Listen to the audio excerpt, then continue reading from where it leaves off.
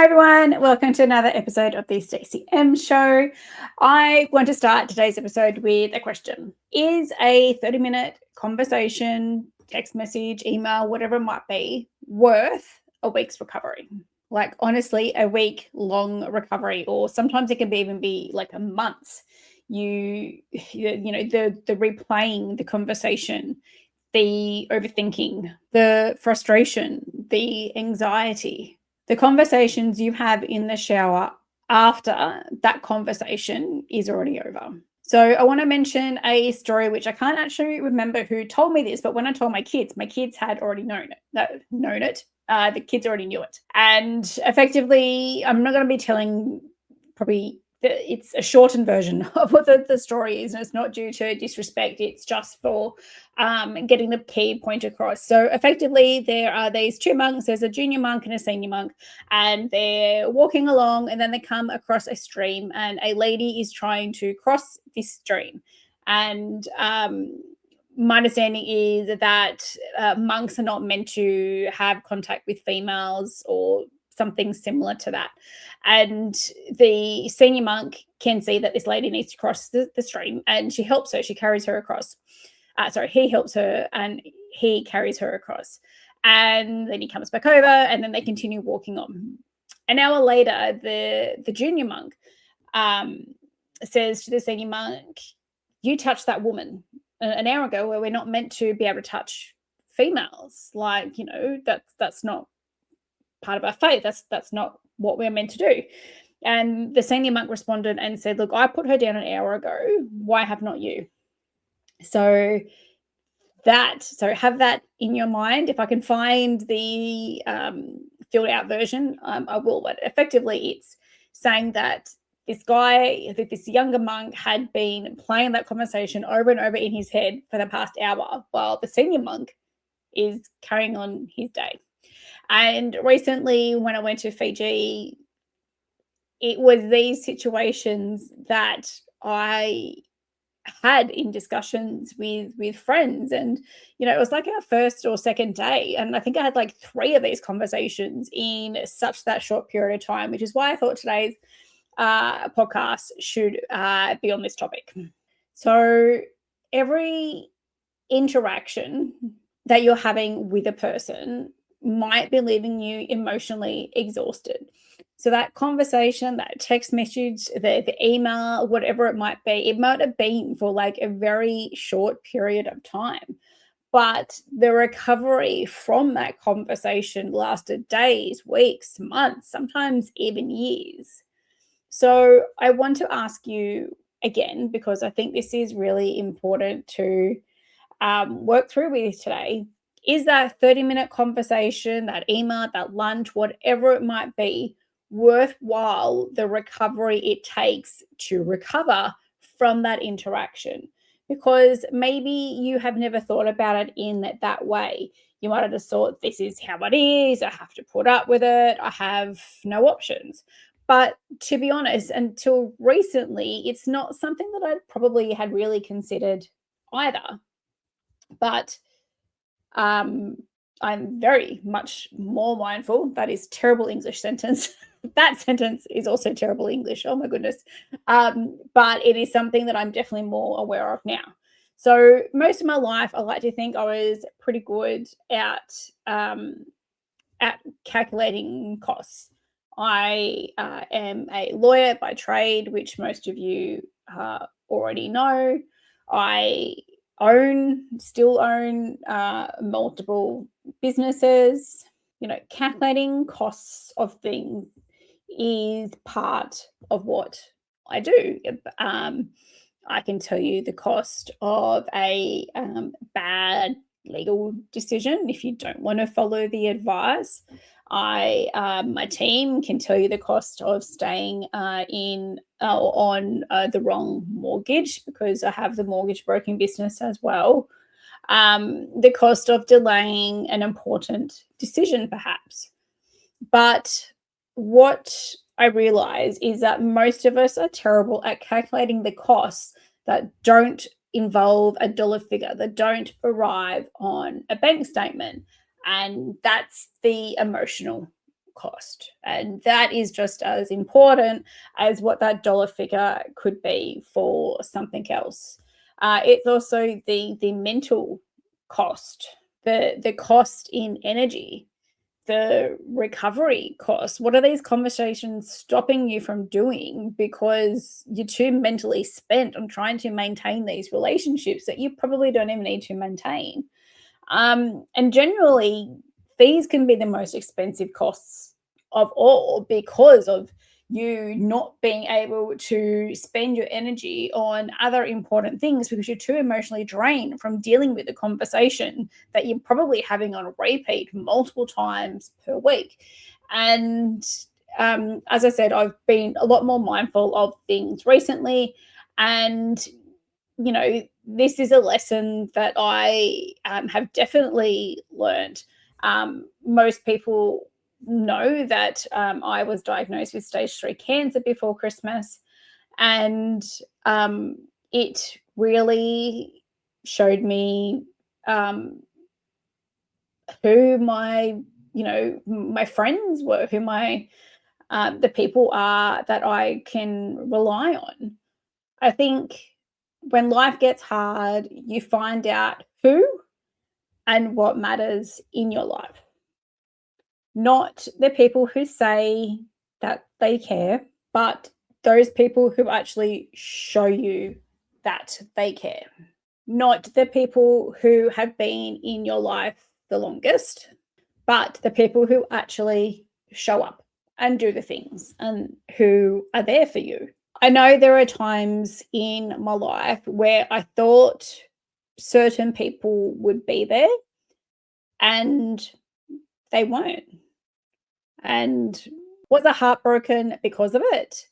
No, not really, because people who had been in my years, oh my goodness, people who had been in my life for years disappeared. And then some friendships, went all the way back to school and they had faded into the background. Yet people who had only been in my life for a short period of time showed up in extraordinary ways. So was there a mourning process? Maybe slightly, but because of those other people showing up in my life, I kind of went, okay, that's what it is. I'm not wasting any more energy on this. I'm going to let those friendships go. I was receiving messages from people. I was receiving phone calls from people. I was having people get food delivered to me and even cook me home cooked meals. People were showing up to support me, taking me to appointments or just purely checking in to see how I was. Did I need help? Did I need running to appointments or picking the kids up from school or groceries, and just simply being present. And it was really in those moments that taught me something I probably hadn't really understood before because I probably wasn't ready. And I had measured a lot of my relationships by history, not impact. And I think that's a big difference. I had assumed, like most of us would have, that just because somebody had been in your life for a long period of time, that they automatically deserved a permanent place in it. But history and value aren't always the same thing. The length of a relationship and quality of the relationship also aren't the same thing. And we have different seasons, and I think difficult seasons have a way of revealing that. The past few years, and especially recently when I was diagnosed with cancer, I did a bit of an audit. And that was both on friendships and family as well. And it wasn't because I was angry. I don't have time or energy to waste on being angry.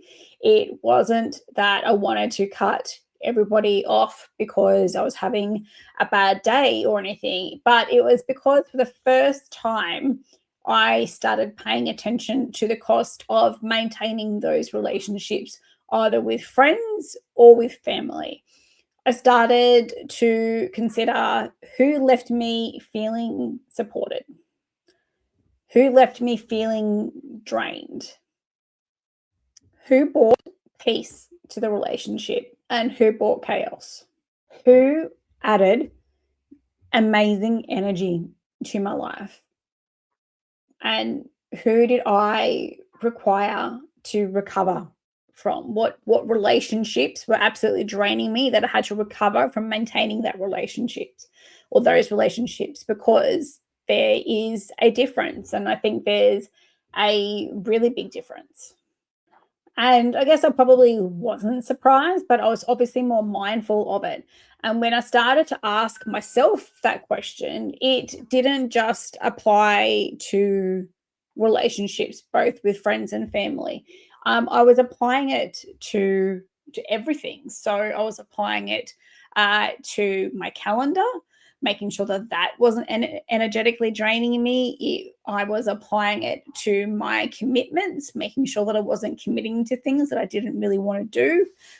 My obligations, which is, why I had sold one of my legal practices, because um, I needed a little bit of freedom, I suppose. It was starting to drain on me because I was so incredibly busy, and there was obviously other circumstances to it. But um, you know, then I even had to apply it to what my definition of success was, because I think even that was based on what other people's definition of success was, right? Like, that's a really subjective thing to ask. What's your definition of success?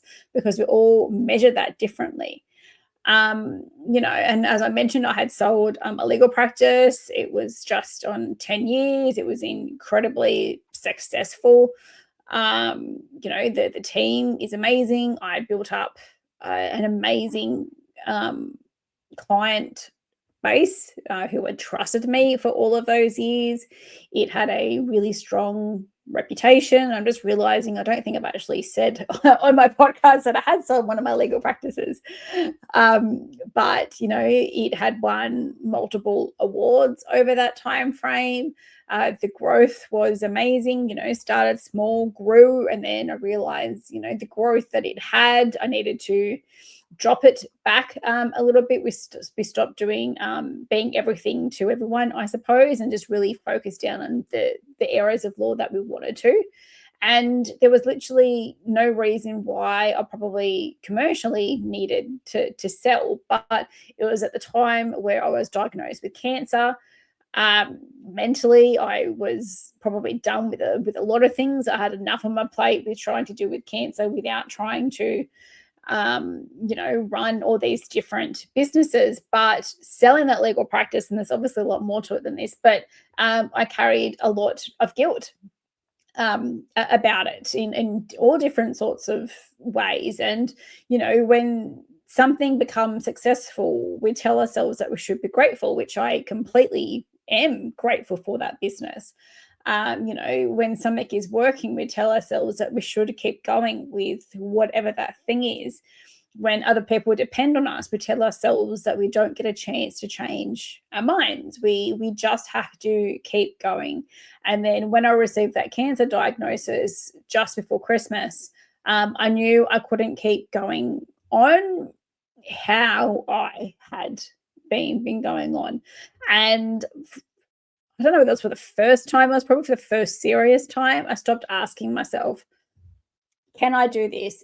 It's okay. One more day, just don't think too far ahead. Just, wake up, rinse and repeat type thing. But I really had to think of, what is it costing me to keep having these different businesses? What is it costing my health, my relationships, and everything? And when I asked myself that question, it was a very different question to what I had asked myself in the past, what old Stacy would have done. And I think the truth is, many of us are carrying things that we no longer need to carry. We're carrying things because of an obligation or because it's familiar.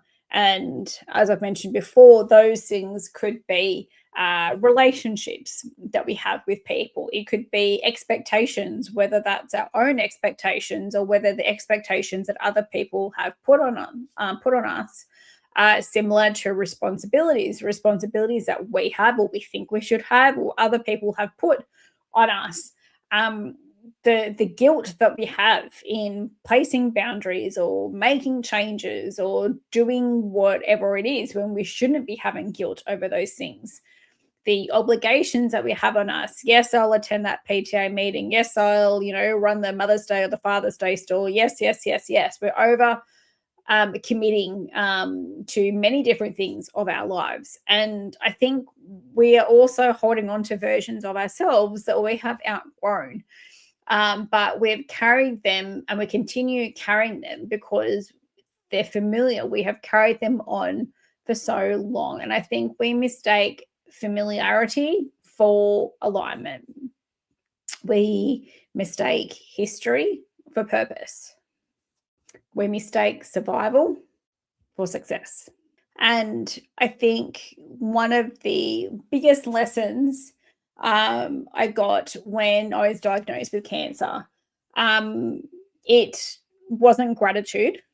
It wasn't resilience. And I guess it wasn't even really perspective either. Instead, it was clarity. Clarity about the things that matter and clarity about what doesn't matter and clarity about the fact that my energy is limited. Each day, doesn't matter how much energy that you think you have caps. And for years, I treated as if I had unlimited energy all the time. I was super busy. I was busy being busy. And I now treat my energy as it is one of my most valuable assets because it is.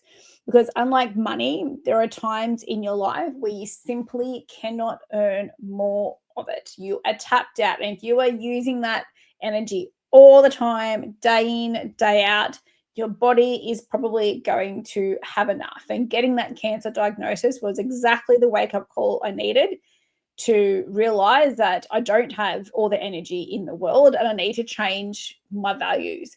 But, having said that, cancer didn't take away my ambition. I still want to have my businesses and, there could be more in the future. Who knows? I still want to help people. I always have. And I still want to make that impact. But it changed what I was willing to sacrifice for it. I was no longer willing to work my absolute fucking ass off and sacrificing, watching my daughters grow up or attending things or whatever it might be. That was no longer going to happen in my world. And I really think that this took me a long time to understand, which seems a bit silly now, but I obviously wasn't open to thinking about any of this any sooner than what had happened. And I used to think that success was also how much that I could carry, how much that I could handle, how much I could get done in a day, a week, a month, how much I could achieve. And today, I think success is also knowing, though, about what to put down because it no longer serves you, what to stop tolerating within your life, both from a business perspective and from a personal perspective. What no longer deserves, or who no longer deserves access to your time, your peace, and your energy. So now I try to be much more conscious about what I say yes to. And before I say yes to something, I ask myself different questions. If I say yes to whatever this is, what is the recovery? What is the emotional, energetic recovery that I'm going to have to put in to recover from whatever it might be? Not what the financial recovery is, but what that emotional recovery is. What the mental recovery is going to be if I say yes to whatever that thing is. And that comes before any financial gain or return on investment or whatever it is that energetic recovery. That is what my priority is now before I commit to everything, because commit to anything, sorry, because I think every relationship, every action, it has a cost. Every commitment has a cost. Every obligation has a cost, and that cost is the energy it's going to take you to do that thing, to have that relationship, to whatever it is. Every yes that you say is going to have that energetic cost, and it's up to you to work out whether that cost is going to be worth it. And it shouldn't be from a money perspective, or that needs to be taken into account. But for me, it is no longer a question about money. It is a question of whether whatever this thing is worth paying for in my emotional, energetic recovery.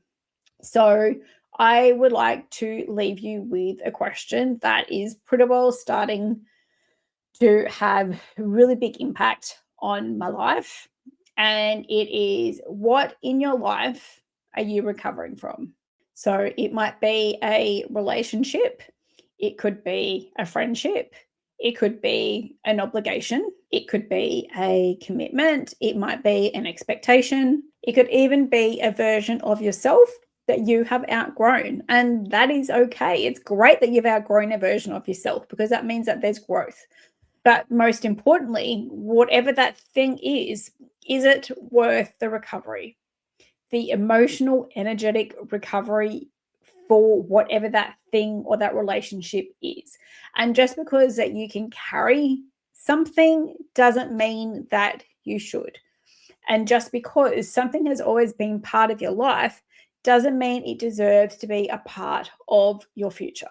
So thank you for joining me for today's episode. I really hope it has helped you. And please remember to share today's podcast, because you never know somebody who may be needing a little bit of guidance. And remember to subscribe as well, so you receive notifications every Wednesday that the podcast has been released. But I think that's probably it. That felt probably a little bit heavy. So make sure you do something kind after you have listened or watched this. So go for a quick walk, go for a nice relaxing bath, have a nice cup of tea, do something, because I think this episode was a little bit heavy today. But thank you as always, and I will catch you next time. Bye.